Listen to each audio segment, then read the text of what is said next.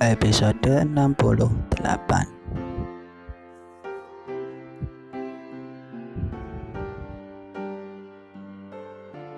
Kebencian. Devan mengerutkan kening dan berdiri di tempatnya dengan raut wajah yang muram. Dia tidak bisa melihat apa yang Sherin pikirkan. Devan, apakah kamu mencintainya? Jadi kamu mau meninggalkan aku demi dia? Gabriel bertanya langsung kepada Devan. Matanya merah dan dia tersedak.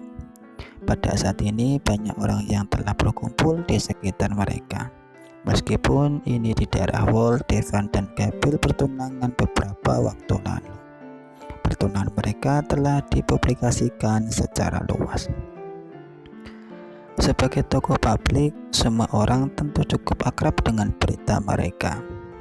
Sekarang mereka mendengar kata-kata Gabriel untuk Devan.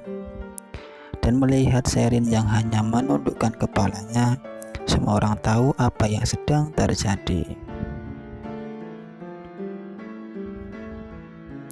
Mata semua orang tertuju kepada Sherin.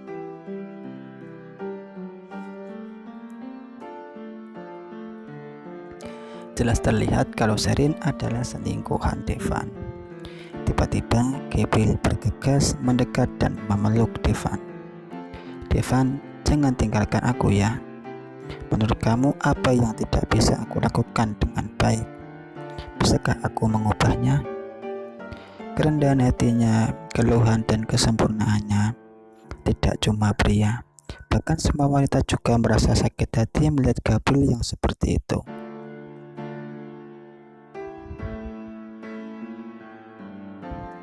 Jika pria merasa tertekan, wanita secara alami akan merasa khawatir dan marah bila melihat adegan seperti ini. Jadi untuk Sherin, jika pengunjung pria membencinya, maka pengunjung wanita akan lebih membencinya. Di masyarakat, untuk selingkuhan tidak akan ada yang berdiri dan membelanya. Tidak ada yang akan peduli apakah dia sedang jatuh cinta atau memiliki perasaan tersembunyi. Kalau menjadi selingkuhan, dia sudah pasti salah. Tidak hanya mereka yang berpikir begitu, tetapi juga dalam hati Sherin. Pada saat ini, Sherin juga mulai merasa jijik pada dirinya sendiri. Mengetahui bahwa pria ini sudah memiliki tunangan. Tetapi dia masih tetap juga menyukainya. Sekarang mereka terpergok. Ya, aku akan pergi dulu. Dia tidak akan punya keberanian lagi untuk tinggal lebih lama di sana.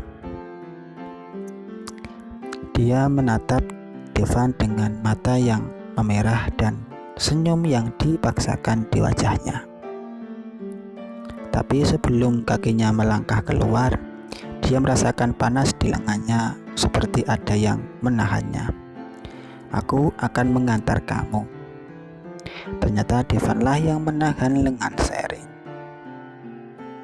Hati Sherin terasa hangat dalam situasi seperti itu. Devan masih bisa melakukan ini kepada dirinya. Sherin akhirnya mengerti. Namun Sherin masih merasa kacau. Dalam situasi seperti itu, jika dia membiarkan Devan menemani dirinya pergi, maka di mata orang lain tidak tahu bagaimana menilai tentang dirinya.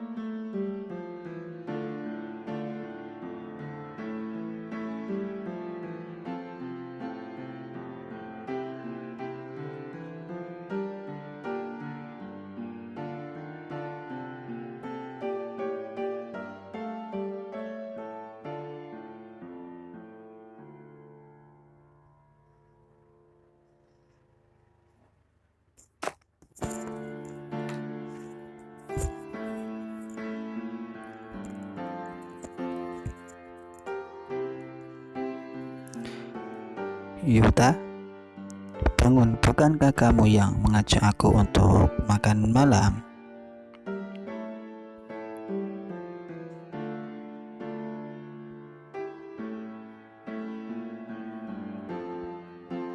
Mengapa aku baru saja datang?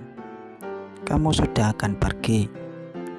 Yuta mengangkat tangannya saat dia berbicara dan lalu merapikan rambut Sherin yang tersebar di telinga bawahnya. Setelah itu, dia mengulurkan tangannya meraih pinggang Sherin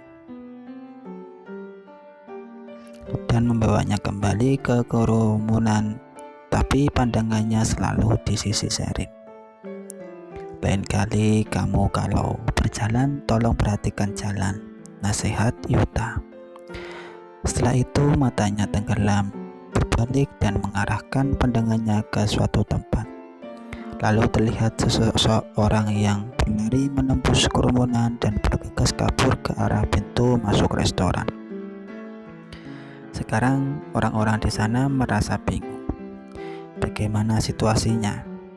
Bukankah Sherin itu selingkuhan Devan?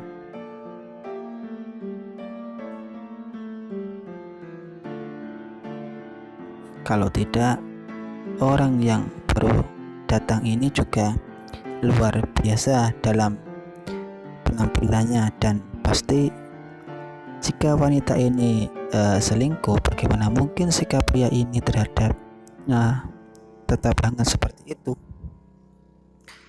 Itulah yang ada dalam pikiran orang-orang. Kakak sepupu, terima kasih atas bantuan kamu yang membawa Sherin ke sini, kata Yuta sambil menatap Devan dan tersenyum cerah. Kalimatnya mengisyaratkan 2 poin. Salah satunya adalah bahwa Sherin itu adalah pacarnya. Yang lain adalah bahwa Sherin bisa bersama dengan Devan karena saling bantu antar sepupu. Orang-orang yang tidak tahu akar permasalahan dan langsung menuduh yang tidak-tidak langsung heboh. Apakah hanya salah paham saja? Ya, jangan menonton lagi, sudah waktunya untuk makan malam. Setelah kalian selesai makan, bayar tagihan dan pergi.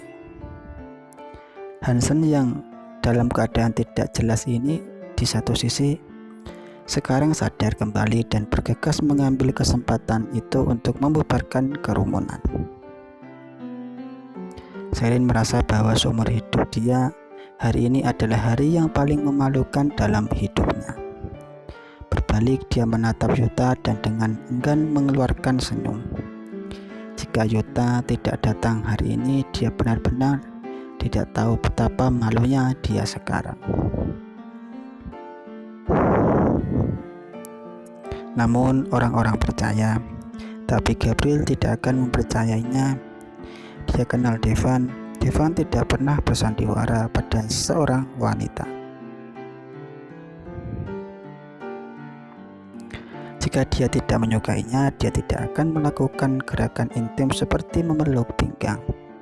Tapi dia tahu bahwa kali ini tidak etis untuk terus membuat masalah, apalagi mengingat identitas Devan.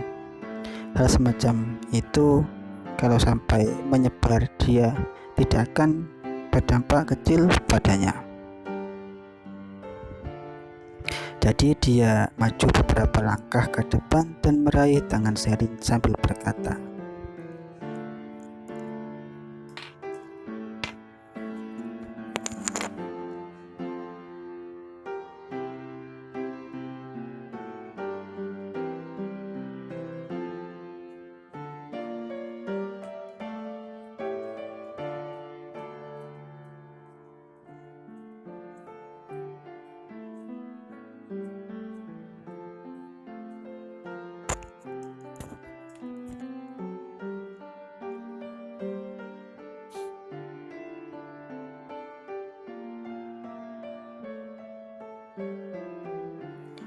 dia menatap Sherin dan berkata, kalau tidak, mari kita pergi ke tempat lain dan makan tanpa mengganggu kakak sepupu dan tunangannya.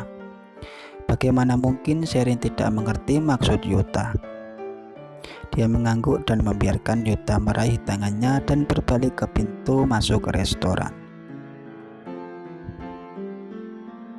Devan menatap kedua tangan yang bersentuhan itu tanpa ekspresi dan mengerutkan kening dalam-dalam.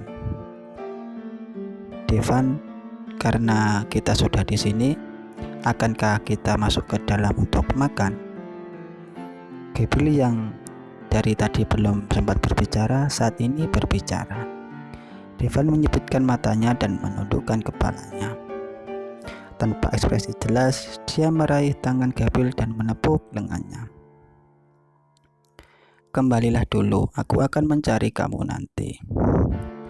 Setelah itu, dia melangkah maju dan mengejar ke arah pintu masuk restoran. Melihat tangannya yang dicampakkan,